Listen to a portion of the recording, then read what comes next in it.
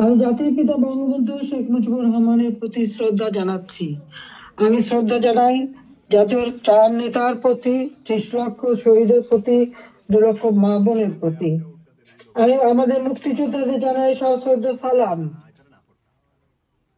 জনগণের ভাতের অধিকার, ভোট ও ভাতের অধিকার আদায় করতে যে যারা জীবন দিয়েছেন তাদের আমি শ্রদ্ধার সাথে স্মরণ করি। 2024 সাল, এই সময় যারা আমাদের আওয়ামী লীগের হাজার হাজার নেতা কর্মীকে হত্যা করা হয়েছে, পুলিশকে বাহিনীকে হত্যা করা হয়েছে, সংখ্যালঘুদের হত্যা করা হয়েছে, তাদের বাড়িঘর লুটপাট, মসজিদ, দরবার, দরগা শরীফ, মন্দির, গির্জা, প্যাগোডা ধ্বংস করা হয়েছে। আর আমাদের আওয়ামী লীগের সম্পূর্ণ জেলা, উপজেলা, ইউনিয়ন পর্যায় পর্যন্ত বাড়ি ঘর, ব্যবসা প্রতিষ্ঠান অগ্নিসংযোগ করা হয়েছে, প্রতিটি প্রতিষ্ঠানে অগ্নিসংযোগ করা হয়েছে, লুটপাট করা হয়েছে। আর এই থানাগুলিতে আগুন দেওয়া হয়েছে, পুড়িয়ে পুলিশ হত্যা করেছে। কাজে বর্তমান যারা শাহাদাত বরণ করেছে, যারা এই ধরনের ঘটনার শিকার হয়েছে, ছাত্র, শিক্ষক, আইনজীবী, সাংবাদিক, বুদ্ধিজীবী এবং আমাদের আওয়ামী লীগের নেতা কর্মী, পুলিশ বাহিনী সহ আনসার বিডিপি যারা মৃত্যুবরণ করেছে, আমি তাদের সকলের আত্মার মাগফিরাত কামনা করি, পরিবারের প্রতি আমার সমবেদনা জানাই। আমি জাতীয় চার নেতার প্রতি শ্রদ্ধা জানাই। 15ই আগস্ট বাঙালির জীবন একটা কলঙ্কময় অধ্যায়। সেদিন হারিয়েছে আমি আমার বাবা, মা, ভাই সকলকে। আমার মা বেগম ফজিলাতুন্নেসা, আমার 3 ভাই কামাল, জামাল, রাসেল, কামাল জামালের নবপরিণীত বধূ সুলতানা রুজি, আমার একমাত্র চাচা শেখ আবু নাসের, মুক্তিযোদ্ধা আমাদের শেখ ফজলুল হক মনি, তার অন্তঃসত্ত্বা স্ত্রী, আব্দুল রব সানিয়াবাদ, তার 13 বছর মেয়ে বেবি, 4 বছরের নাতি সুকান্ত, 10 বছরের ছেলে আরিফ, তার ভ্রাতুষ পুত্র ভাগ্নে সহ 15 আগস্টে যারা শাহাদাত বরণ করেছেন, আমি তাদের আত্মার মাগফিরাত কামনা করি। আমার বাবার military secretary brigadier Jamil Uddin এবং পুলিশ অফিসার সিদ্দিকুর রহমানকে আমি শ্রদ্ধা জানাই। আজকে আমি আপনাদের সাথে কথা বলতে চেয়ে বারবার মনে পড়ছে যে বাংলাদেশের প্রতিটি অর্জনের সাথে আমাদের প্রবাসী বাঙালিদের অবদান রয়েছে। সে আগরতলা ষড়যন্ত্র মামলা থেকে জাতির পিতাকে মুক্ত করা থেকে শুরু করে আমাদের মহান মুক্তিযুদ্ধে, এবং সেই 2007 সালে যখন আমাকে দেশে ফিরতে বাধা দিয়েছিল তখনকার সরকার, সে সময়ও আপনাদের সকলের সহযোগিতা পেয়েছি। আজকেও যখন বাংলাদেশ অত্যন্ত একটা কঠিন সময়ের মধ্য দিয়ে যাচ্ছে, একটা ফ্যাসিস্ট সরকারের অধীনে বাংলাদেশের মানুষের মৌলিক অধিকার, বেঁচে থাকার অধিকার সবই হরণ করা হয়েছে। সারা বাংলাদেশ জ্বলছে, প্রতিটি প্রতিষ্ঠান আগুন দিয়ে পোড়ানো। সেই অবস্থায়ও প্রবাসীরা আজকে নির্যাতিত নিপীড়িত মানুষের পাশে আছেন। আমি আপনাদের প্রতি কৃতজ্ঞতা জানাই, আন্তরিক ধন্যবাদ জানাই এই চরম দুঃসময় মানুষের পাশে দাঁড়ানোর জন্য। যে বাংলাদেশকে আমরা গড়ে তুলেছিলাম জাতির পিতার স্বপ্নের বাংলাদেশ হিসেবে, ক্ষুধা দারিদ্র্যমুক্ত বাংলাদেশ হিসেবে, অর্থনৈতিকভাবে বাংলাদেশ উন্নত হয়েছিল, কিন্তু আজকে আমরা দেখি যে একে একে সব ধ্বংস করা হয়েছে। আজকে এমন একটা সরকার ক্ষমতায় যাদের হাতে এদেশে 30 লক্ষ মানুষ শহীদ হয়েছে, আমাদের বুদ্ধিজীবীদের হত্যা করা হয়েছে। এই 14 ডিসেম্বর বুদ্ধিজীবী হত্যা দিবস, সেই সময় ওই নিজামী, মুজাহিদ থেকে শুরু করে এরা তো তখন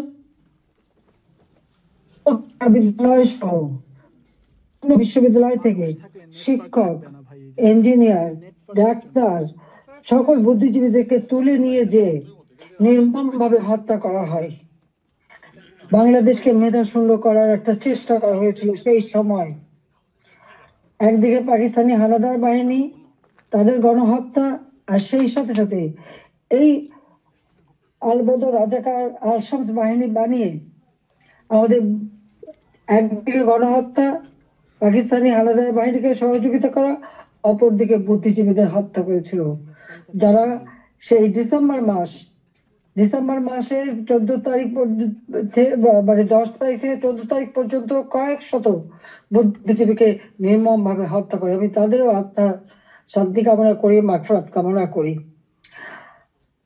আমরা আওয়ামী লীগ 75 সালের পর 21 বছর পরে আমরা সরকার গঠন করি, জনগণের সেবা করি। 2008-এর নির্বাচনে আমরা জয়ী হই।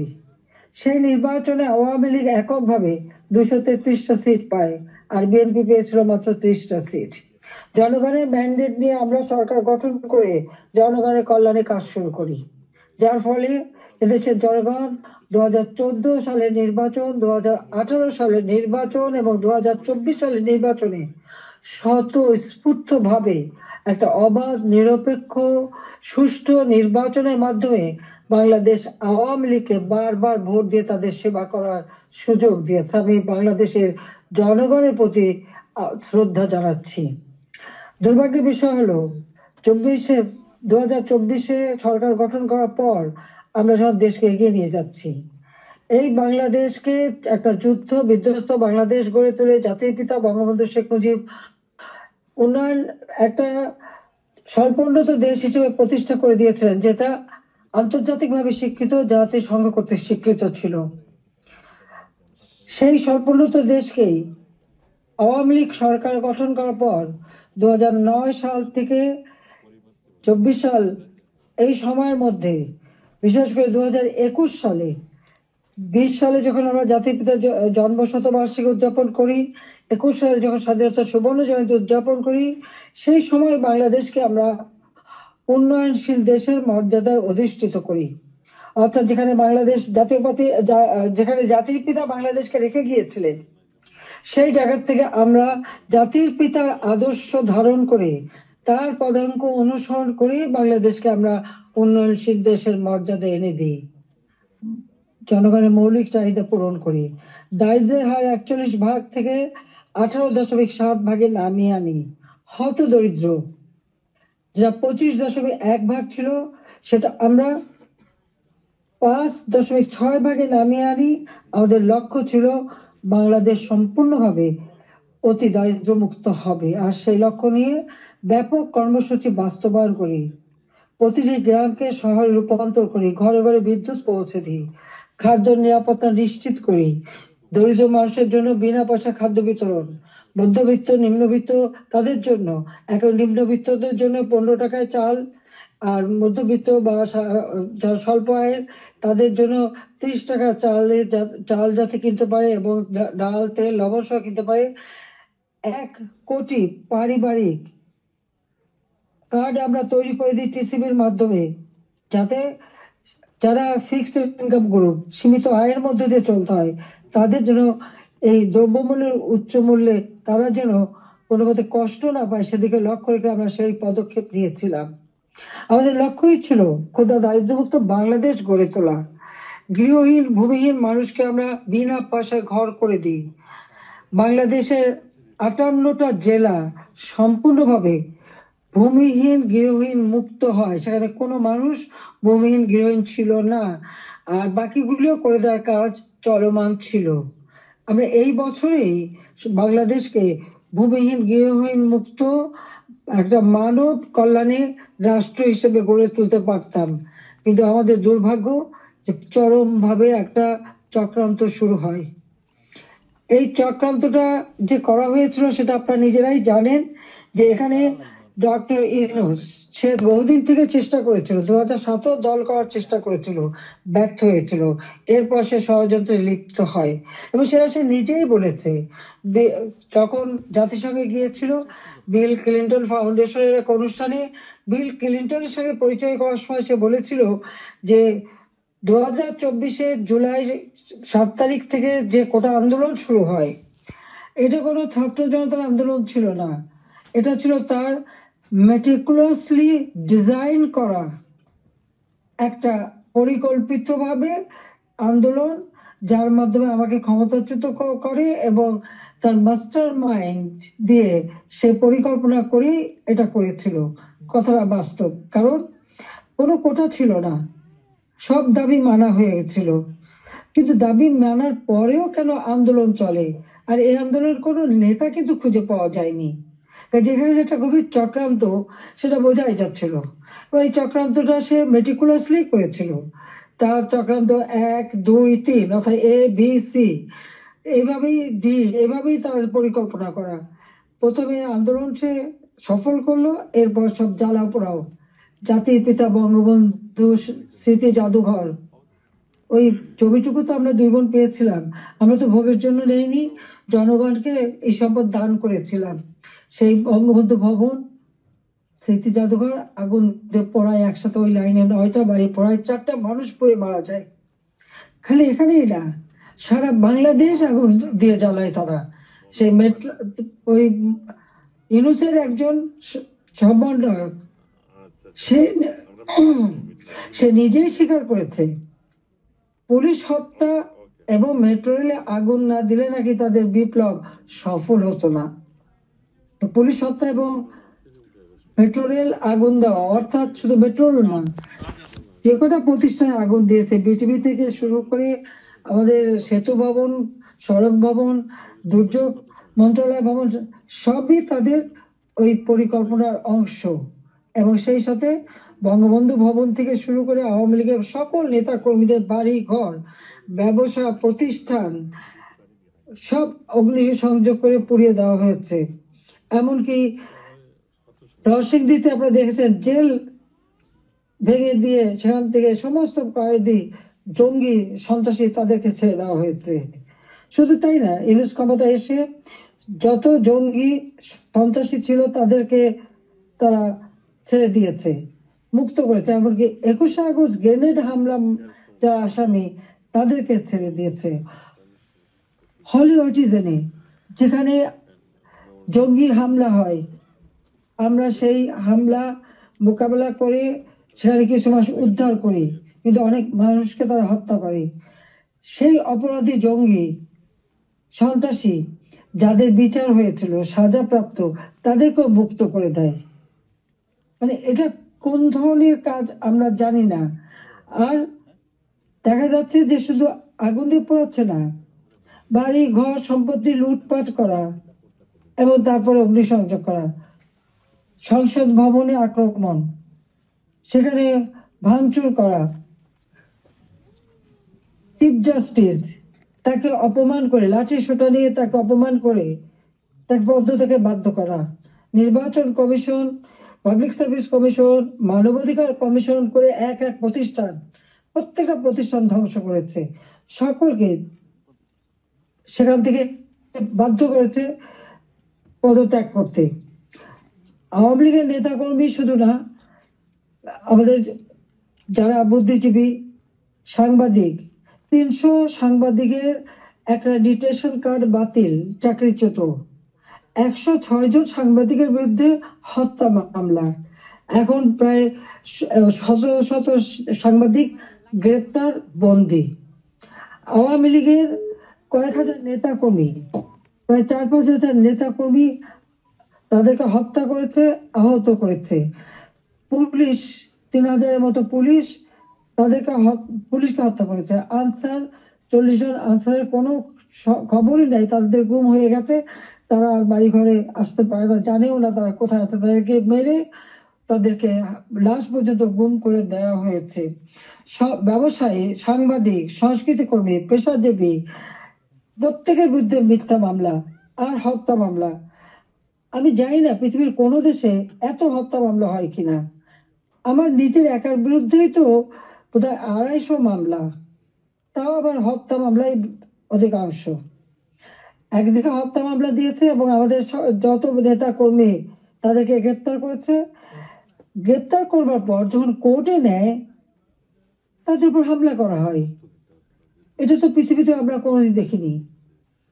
আপনারা জানেন যে এমনকি একজন সাধু চিন্ময় কৃষ্ণ দাস, তাকে গ্রেপ্তার করা হলো, কিন্তু তার পক্ষে আইনজীবী দাঁড়াতে পারবে না, এটা কোন ধরনের বিচার? যে একজন আসামির পক্ষে আইনজীবী দাঁড়াতে পারবে না?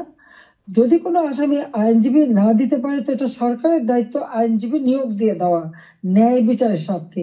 বাংলাদেশে ন্যায় বিচার নাই, এবং তার পক্ষে দাঁড়ালো কেন? সেই জন্য আইনজীবী পিটিয়ে হত্যা করা। এবং তাদের এবারে আমরা একটা অদ্ভুত ব্যাপার দেখি যে মানুষকে পিটিয়ে হত্যা করা। মানুষ কেন? অবলা পশুও রেহাই পায় না। আওয়ামী লীগ নেতার বাড়িতে তাকে পায়নি বলে তার বাড়ির পালা গরু, সেই গরুকেও তারা কিভাবে পিটিয়ে হত্যা করেছে এই জামাত শিবির এবং আমাদের রিনুস সাহেবের মানে সন্ত্রাসী ক্যাডাররা, সেটা নিশ্চয়ই আপনারা ভিডিওতে দেখেছেন। ছাত্রলীগের নেতাকে পায়নি, তার মা নামাজ পড়ছিল, তার মাথায় বাড়িতে তাকে সেখানে মেরে ফেলেছে। যুবলীগের নেতা এই মৌলভীবাজারে গত কালকের ঘটনা, 7 তারিখে সেখানে আগুন দিয়ে যুবলীগ নেতার মা এবং চাচিকে পুড়িয়ে হত্যা করেছে। 250-র উপর থানা যখন অগ্নিসংযোগ করেছে, লুটপাট করেছে, পুলিশ ভিতরে তাদেরকে পুড়িয়ে মেরেছে, পিটিয়ে মেরেছে। এমনকি একটা অন্তঃসত্ত্বা পুলিশ হাত পা ধরেছে যে ভাই আমাকে মারবেন না, আমার পেটে বাচ্চা। তাদের কথা কান দেয়নি, তাদেরকে পিটিয়ে পিটিয়ে হত্যা করেছে। সরকারি কর্মচারীদের উপরও পর্যন্ত নির্যাতন চলছে।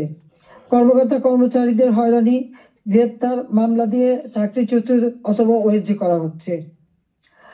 এটা জানি না রিমান্ডে নিয়ে নির্যাতন করছে। আমাদের আওয়ামী লীগের নেতা থেকে শুরু করে সকলকেই রিমান্ডে নেওয়ার পর তাদের উপর অকথ্য অত্যাচার হচ্ছে, নির্যাতন করা হচ্ছে। চরম মানবাধিকার লঙ্ঘন চলছে বাংলাদেশে, চরম একটা ফ্যাসিস্ট সরকার। আমার বিরুদ্ধে কথা বলা হয় আমি নাকি ফ্যাসিস্ট ছিলাম, আমি নাকি স্বৈরাচারী ছিলাম। আমি একটা প্রশ্ন করি, আমার সময় তো সংবাদপত্র, টেলিভিশন, রেডিও, সোশ্যাল মিডিয়া সবই তো সম্পূর্ণ স্বাধীনতা ভোগ করেছে। যার যখন যেরকম আলোচনা করা দরকার করেছে, টক শুধু যত রকমের সমালোচনা করা তারা করেছে। রেডিও, টেলিভিশন, সংবাদপত্র সবই তো স্বাধীন ছিল। কই এখন তো তারা কোনো নিউজ দিতে পারে না। প্রত্যেক জায়গায় ইউনুস তো নিজেই একটা মাস্টার মাইন্ড খুনি, তার এজেন্ট সব জায়গায় আছে। প্রত্যেক জায়গায় তারা ঠিক করে দেয় কোন সংবাদ যাবে কোন সংবাদ যাবে না। এই যে বাংলাদেশে এত ঘটনা ঘটে যাচ্ছে, প্রায় 1 কোটির মতো প্রতিষ্ঠান শুধু অগ্নিসংযোগ করে ধ্বংস করা হয়েছে। ইন্ডাস্ট্রি, হোটেল, 5 স্টার হোটেল থেকে শুরু করে কোনো কিছু বাদ যায় নাই তাদের আক্রমণ থেকে। কেউ কি কোনো একটা নিউজ দিতে পেরেছে? কেউ কি কোনো সংবাদ দিতে পেরেছে? কেউ কি বিচার চাইতে পেরেছে? বিচার চাওয়ারও সুযোগ নেই, থানায় মামলা দেওয়ার সুযোগ নেই। মামলা শুধু সেটুকু হবে যেটুকু তারা বলে দেবে সেইটুকু। ন্যায় বিচার পাওয়ার অধিকার মানুষের নাই। উচ্চ আদালত থেকে শুরু করে সর্বক্ষেত্রে দলীয়করণ, চরম ভাবে দলীয়করণ। বলছে বৈষম্য বিরোধী আন্দোলন, এখন তো দেখা যায় সব জায়গায় বৈষম্য সৃষ্টি করা হচ্ছে। আমি একটা কথাই বলতে চাই, যে সমস্ত অপবাদগুলি দেওয়া হয়েছে সবাই একটু তুলনা করে দেখুন যে আওয়ামী লীগ সরকারে থাকতে মানুষ কিভাবে স্বাধীনতা ভোগ করেছে। সেটা সোশ্যাল মিডিয়া হোক, তাদের বক্তব্য হোক, মিটিং মিছিলে হোক, সবকিছুতে অধিকার ছিল। আমরা তো সেখানে হস্তক্ষেপ করিনি। কিন্তু আজকে কি আওয়ামী লীগের একটা নেতা কর্মী রাস্তায় নামতে পারে না, রাস্তা দিয়ে হেঁটে যাচ্ছে, একজন বলে দিল উনি আওয়ামী লীগের কর্মী, সঙ্গে সঙ্গে তাকে এক কোপ দিয়ে হাত ফেলে দিল, কেটে ফেললো। কোন দেশে বাস করি আমরা? কি অপরাধ! আর সেই সাথে দেখা গেল কি এই অপরাধীদের দায় মুক্তি দেওয়া হলো। জুলাই 15 তারিখ থেকে এ পর্যন্ত যাদের হত্যা করা হয়েছে, লুটপাট, অগ্নিসংযোগ, মানুষ হত্যা, ছাত্র হত্যা, প্রতিটি শিক্ষা প্রতিষ্ঠানে লুটপাট, সেখানে তাদের উপর নির্যাতন, শিক্ষকদের উপরে নির্যাতন, ছাত্রদের উপরে নির্যাতন, প্রতিটি জায়গায় নির্যাতন চালানো হচ্ছে। আপনি কি একবার ভাবতে পারেন শিক্ষক গুরুজন। শিক্ষককে দেখলে ছাত্ররা ভয় পায়, সমীহ করে। আর আমরা কি দেখলাম আমাদের মানে নোবেলের আমলে? আমরা দেখলাম ছাত্ররা শিক্ষকদের অপমান করছে, অধ্যক্ষকে পদ থেকে বাধ্য করছে, ছাত্রীরা প্রিন্সিপালকে গাছের সাথে বেঁধে রাখছে, ছাত্রছাত্রীরা টিচারের গলায় জুতোর মালা পরাচ্ছে, গালে থাপ্পড় মারছে। এটা কোন ধরনের আচরণ এই কোমলমতি শিক্ষক ছাত্রছাত্রীদের শেখানো হচ্ছে? এদের ভবিষ্যৎটা কি? এরা কি আবার ভবিষ্যতে কোনোদিন বলে বসবে তুমি আমার বাবা না, রিজাইন করো, যেমন শিক্ষকদের রিজাইন করিয়েছে? কোনদিন বাকে বলবে তুমি আর আমার মা না, তুমি এখন রিজাইন করো, মাতৃত্ব থেকে রিজাইন করো, পিতৃত্ব থেকে রিজাইন করো? সেটাই হয়তো বলে বসবে। এটা কি অভিভাবকরা দেখে না? এটা কি ধরনের এই জাতিকে কিভাবে গড়ে তুলছে, সেটাই আমার প্রশ্ন। আমরা তো শিক্ষা দীক্ষা সব দিক থেকে সুযোগ করে দিয়েছি, আমরা শিক্ষা বৃত্তি দিয়েছি, বয়স্ক ভাতা, বিধবা ভাতা, প্রতিবন্ধী ভাতা, মুক্তিযোদ্ধা ভাতা দিয়েছি, সব বন্ধ, সব বন্ধ করে দিয়েছে। আজকে হাহাকার। বাংলাদেশে আওয়ামী লীগ সরকার আমলে কোনো মানুষ ভিক্ষা করতে হতো না। হ্যাঁ, কিছু প্রফেশনাল ভিখারি ছিল, সেটা আলাদা, কিন্তু মানুষকে তো ওইভাবে খাবারের জন্য হাহাকার করতে হতো না। মানুষ অন্তত 3 বেলা খাবার পাচ্ছিল, আজকে সেটাও পায় না। আপনারা দেখেন গরিব মানুষগুলি দিনমজুর, কাজ পায় না, বেকারত্ব বেড়ে যাচ্ছে, যুবকরা কোনো কাজ পাচ্ছে না। আমরা ডিজিটাল বাংলাদেশ করেছি, আমরা ট্রেনিং দিচ্ছি, কম্পিউটার ট্রেনিং এবং ইনকিউবেশন সেন্টার করে দিয়েছি, হাইটেক পার্ক করেছি, বঙ্গবন্ধু স্যাটেলাইট 1 উৎক্ষেপণ করেছি, কর্মসংস্থান গ্রাম পর্যায়ে পর্যন্ত ওয়াইফাই কানেকশন, ব্রডব্যান্ড কানেকশন আমরা দিয়েছি, মানুষ কাজ করে খেতে পারে, ট্রেনিং দিচ্ছি। আর এখন বিদ্যুৎ নাই, কেউ কাজ করতে পারে না, প্রত্যেকটা গ্রামকে শহরে রূপান্তর করেছি, আমরা রাস্তাঘাট পুল ব্রিজ সব করেছি। এখনো বলে এই বড় বড় মেগা প্রজেক্ট, এটা দুর্নীতি খুঁজবে। হ্যাঁ, আমি চ্যালেঞ্জ দিচ্ছি, দুর্নীতি খুঁজে বের করুক। মানি লন্ডারিং এর কথা একজনে, আমি দেখলাম এক কমিটি বানিয়েছে, তারা বলে দিল অর্থনীতির বিষয়ে। আমার প্রশ্ন, মানি লন্ডারিং এর খোঁজ করবেন, সবার আগে ওই ইউনুসের মানি লন্ডারিং এর খোঁজটা করুন। কত টাকা পাচার করেছে গ্রামীণ ব্যাংকের, কত টাকা পাচার করেছে গ্রামীণ ফোনের, আগে সেই হিসাবটা বের করেন, তাহলে দেখবো স্বচ্ছার সাথে। নিজের নামে দুর্নীতির মামলা হয়েছে, সেই দুর্নীতি দমন কমিশন, তাদেরকেও পদত্যাগে বাধ্য করে দলীয়করণ করা হয়েছে, আর সেই দুর্নীতির মামলা, সব মামলা প্রত্যাহার করে নেওয়া হয়েছে। 666 কোটি টাকা ট্যাক্স, কত সম্পদের মালিক যে এত টাকা ট্যাক্স হয়? সেই ট্যাক্সও তার দেওয়া লাগবে না, সেটাও মাপ। নিজের ট্যাক্স মাপ করিয়ে নিয়ে, নিজের দুর্নীতি মামলা প্রত্যাহার করে নিয়ে অন্যের দুর্নীতি খুঁজতে যাওয়া আর অন্যকে ট্যাক্স দেওয়ার জন্য আবেদন করা, এটা কোন ধরনের মানসিকতার, কোন ধরনের খেলা? বা এটা তো জাতির সাথে তামাশা করা, সেটা একটা তামাশা করছে, এটাই আমার মনে হচ্ছে। আজকে বিচার নেই, মানুষ ন্যায় বিচার থেকে বঞ্চিত, আজকে মানুষের পেটে খাবার নেই, আজকে চারিদিকে হাহাকার, মানুষের কথা বলার অধিকার নেই, রাজনীতি করার অধিকার নেই। আমাদের আওয়ামী লীগ কোন অপরাধটা করেছে? বাংলাদেশের মানুষের যতটুকু অর্জন আওয়ামী লীগের হাত দিয়েই, সেই বাংলা ভাষায় কথা বলার অধিকার থেকে শুরু করে স্বাধীনতা অর্জন, বিজয় অর্জন, এই 16ই ডিসেম্বর আমাদের বিজয় দিবস, এই বিজয় অর্জন সবই আওয়ামী লীগের হাত ধরে। বাংলাদেশে কে একটা যুদ্ধ বিধ্বস্ত দেশ, একটি প্রদেশকে রাষ্ট্রে উন্নীত করা, এটাও আওয়ামী লীগের দ্বারা। স্বল্পোন্নত দেশ থেকে আজকে উন্নয়নশীল দেশের মর্যাদা, এটাও তো আওয়ামী লীগ অর্জন করে দিয়েছে। প্রবাসী যারা আছেন, আওয়ামী লীগ সরকার আগে আপনারা প্রবাসে ছিলেন, বাংলাদেশ কোথায় ছিল সেই সময়? আপনারা মানুষের কাছে গেলে কিভাবে, মানুষ তো করুণার চোখে দেখতো। জাতিপিতা বলেছিলেন ভিক্ষুক জাতির কোনো ইজ্জত থাকে না, তাহলে ভিক্ষুক জাতি হতে চায়নি, আত্মমর্যাদাশীল জাতি হিসেবে বাংলাদেশকে গড়তে চেয়েছিলাম, আর সেভাবে গড়েছিলাম। আপনারা নিজে একবার চিন্তা করে দেখেন, আমি সরকারি থাকতে বাংলাদেশ শুনলে পৃথিবী কি বলতো? পৃথিবী বলতো বাংলাদেশ উন্নয়নশীল দেশ, বাংলাদেশ একটা উন্নয়নের মডেল, বাংলাদেশের উন্নয়ন একটা বিস্ময়। বাংলাদেশের মানুষ যেখানে যেত মর্যাদা পেত। আমরা নিজস্ব অর্থায়নে পদ্মা সেতু নির্মাণ করে বাংলাদেশকে দেখিয়ে দিয়ে এবং সারা বিশ্বকে দেখিয়েছি বাংলাদেশ পারে, অসাধ্য সাধন করতে পারে, সেটা আমরা দেখিয়েছিলাম। কিন্তু আজকে যিনি পদ্মা সেতু টাকাও বন্ধ করেছিলেন একটা এমডি পদে থাকতে পারেননি বলে সরকার বোধহয় মামলা করে হেরে গিয়েছিল, যিনি লেবারদের অর্থ আত্মসাৎ করে সেই টাকা দুর্নীতি করে লেবার কোর্টে মামলায় সাজাপ্রাপ্ত আসামি হচ্ছে ইউনূস। লেবার কোর্টে তার সাজা হওয়ার পর সে যখন জামিনে আবেদন করে সে কিন্তু জামিন পেয়েছিল, সরকারের পক্ষ থেকে কিন্তু বাধা দেওয়া হয়নি। কিন্তু আজকে দেখেন আপনারা, হাজার হাজার আওয়ামী লীগের নেতা কর্মী প্রায় 30,000-এর মতো মামলা দিয়েছে।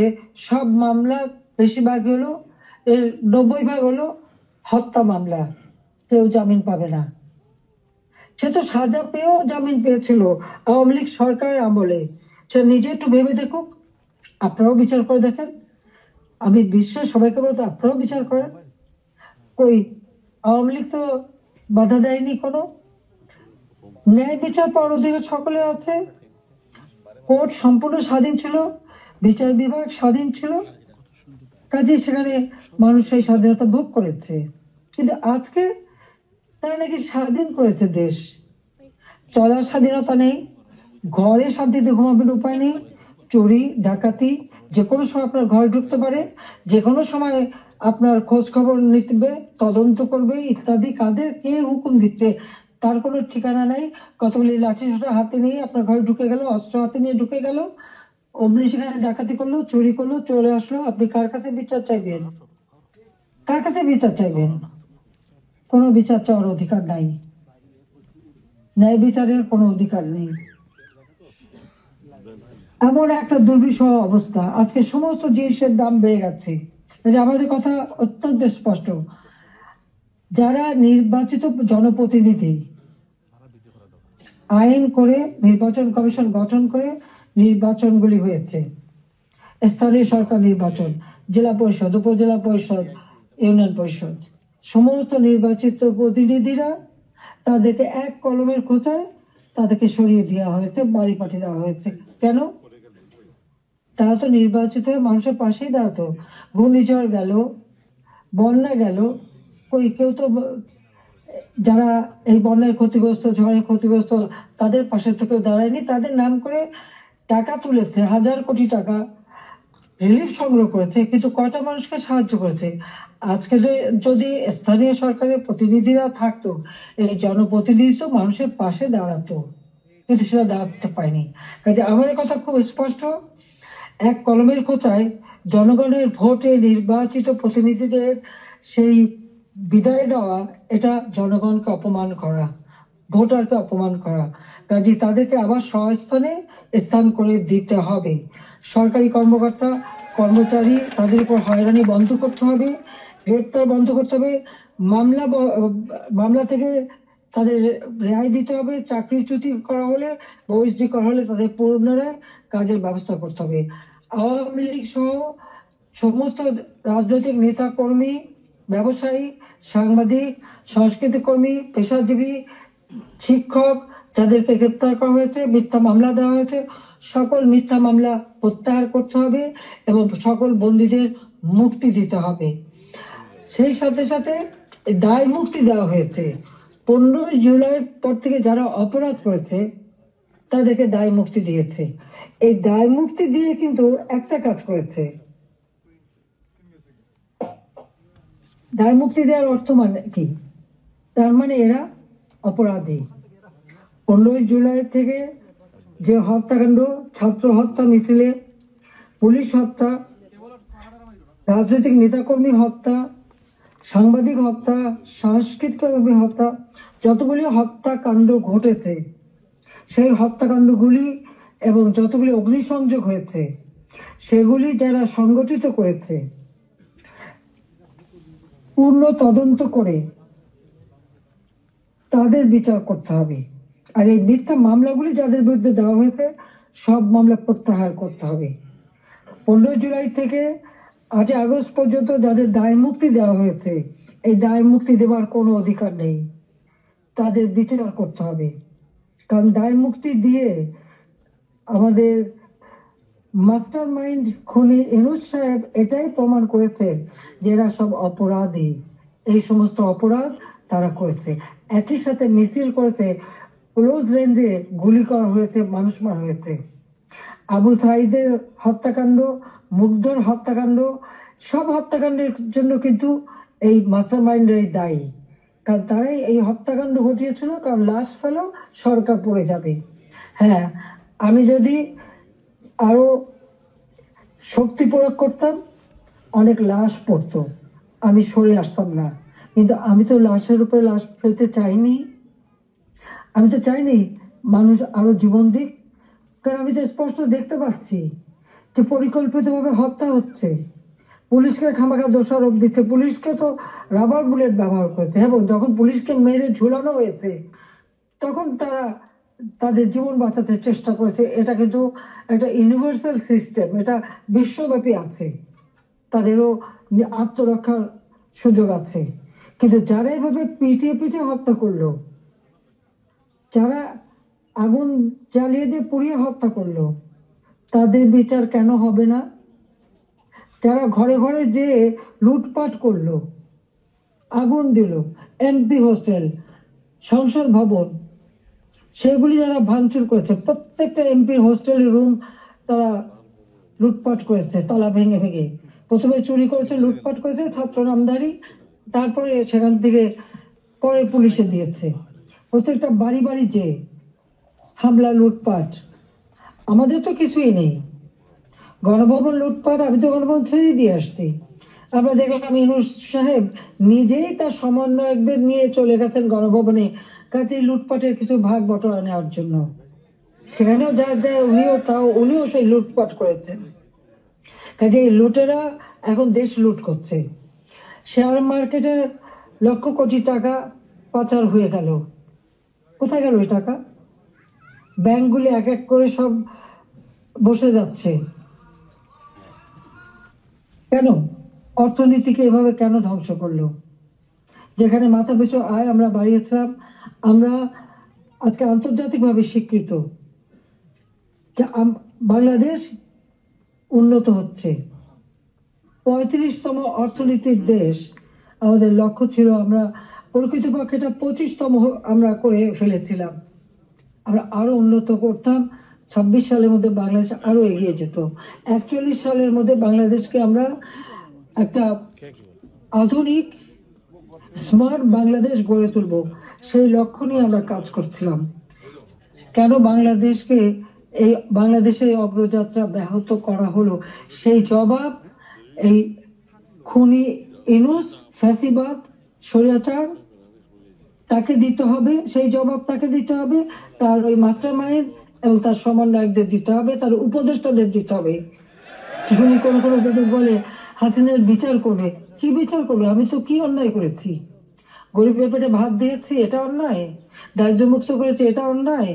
জনগণকে কথা বলার সুযোগ দিয়েছি, ভোটের অধিকার ফিরিয়ে দিয়েছি, হত্যাকুশ ষড়যন্ত্র রাজনীতি বন্ধ করেছি, এইগুলি আমার অন্যায়? আমার হাত দিয়ে তো কোনো খুন হয়নি, আমি তো মানুষের জীবন নিতে আসিনি, আমি মানুষের জীবন দিয়েছি, জীবন উন্নত করেছি। যারা জীবন নিয়েছে, যারা হত্যাকাণ্ডের সঙ্গে জড়িত, তাদের বিচার হবে। এবং সংবিধানের 7ম অনুচ্ছেদের খ অনুযায়ী কেউ যদি অবৈধভাবে ক্ষমতা দখল করে তার বিচার হয়। একজন জনপ্রতিনিধি আরেকজন জনপ্রতিনিধির কাছে ক্ষমতা হস্তান্তর করতে পারে। আমি তো সেই সুযোগ পাইনি। হ্যাঁ, আমি সরে এসেছিলাম যেন লাশের উপরে লাশ না পড়ে, সেই জন্য। দুর্ভাগ্যের বিষয় যে থামেনি। একদিন ইনশাআল্লাহ সেই দিন আসবে, এই খুনিদের বিচার একদিন বাংলা মাটিতে হবেই হবে। কারণ আমরা করি, সেটা আমরা করব। যেমন যুদ্ধ অপরাধীদের বিচার করেছি, 15 আগস্টের হত্যাকারীদের বিচার করেছি। আমি জানি এই যুদ্ধ অপরাধীদের বিচার করেছি বলেই আমার বিরুদ্ধে মামলা এবং আইসিটিতে ওই আন্তর্জাতিক যে ট্রাইব্যুনাল আমরা করেছিলাম যুদ্ধাপরাধীদের বিচার করতে, আজকে সেই কোর্ট করে সেখানে আমার মামলা হবে, সেখানে আমার বিচার হবে কেন? সেই সময় যুদ্ধাপরাধীদের যে ডিফেন্সে ছিল তাকেই করেছে চিফ প্রসিকিউটর এই আইসিটির। আর জামাতের একটা দল হয়েছিল এবি পার্টি, সেই পার্টির যে একজন প্রেসিডেন্ট ছিল সে হয়ে গেছে এই আইসিটির চেয়ারম্যান। তো সেখানে ন্যায় বিচার কি করে হবে? আর এটা কিভাবে করে? এটাও তো একটা বিচারের একটা নর্মস তাতে পড়ে না, কিন্তু গায়ের জোরে সব করবে তারা, কারণ তাদের হাতে অস্ত্র আছে, লাঠি আছে, পেটো বাহিনী আছে, সন্ত্রাস বাহিনী আছে, সেটা দিয়েই তারা এই বিচার করতে চায়, এটাই তারা করবে, এটাই তাদের লক্ষ্য। যাক, আমি অনেক সময় নিলাম, আপনারা ধৈর্য ধরে আমার বক্তব্য শুনেছেন, আমি আপনাদেরকে আন্তরিক ধন্যবাদ জানাই। ইনশাল্লাহ এই বিজয়ের মাস আমাদের, এই অন্ধকার কেটে যাবে, নতুন সূর্য উদিত হবে, বাংলাদেশ আবার উন্নয়নের পথে এগিয়ে যাবে। এই ফ্যাসিস্ট খুনি পরিকল্পিতভাবে যে আমাদের দেশকে ধ্বংস করছে, এই খুনি ইউনূস এবং তার যে চালাচামুন্ডা সন্ত্রাস বাহিনী, তার উপদেষ্টা, তার সমন্বয়ক, ইনশাআল্লাহ বাংলাদেশের জনগণই তাদের বিচার করবে, সে বিচার হবে, এটা অবশ্যই হবে আমি বলতে পারি, কারণ আমরা ন্যায়ের পথে আছি, সত্যের পথে আছি। আমি জনগণের কল্যাণে কাজ করি, জনগণের ভাগ্য পরিবর্তন করেছিলাম, সেটা নষ্ট করেছে। ইনশাআল্লাহ আবার এদেশের মানুষ জেগে উঠবে, আবার বাংলাদেশের মানুষ বিশ্বব্যাপী মর্যাদা পাবে, সম্মান পাবে। সবাইকে আমি আন্তরিক ধন্যবাদ জানাই, আবারও ধন্যবাদ জানাই আমাদের প্রবাসীদের, আমাদের অর্থনীতিতে আপনাদের অনেক অবদান, আমাদের দেশের অগ্রযাত্রা, দেশের প্রতিটি অর্থনে প্রবাসীদের অবদান রয়েছে, সেজন্য সকলকে আমি আন্তরিক ধন্যবাদ জানাই, কৃতজ্ঞতা জানাই। সকলে ঐক্যবদ্ধ হন, এই ফ্যাসিস্ট স্বৈরাচার ইউনূস সরকারের হাত থেকে দেশ যেন মুক্ত হয়, দেশের মানুষ যেন আবার তাদের সুস্থ জীবন ফিরে পায়, সেই কামনা করে জাতির পিতার স্বপ্নে সোনার বাংলা ইনশাল্লাহ আমরা গড়ে তুলব, সেই প্রত্যয় ব্যক্ত করে আমার বক্তব্য শেষ করছি। খোদা হাফেজ। জয় বাংলা, জয় বঙ্গবন্ধু, বাংলাদেশ চিরজীবী হোক।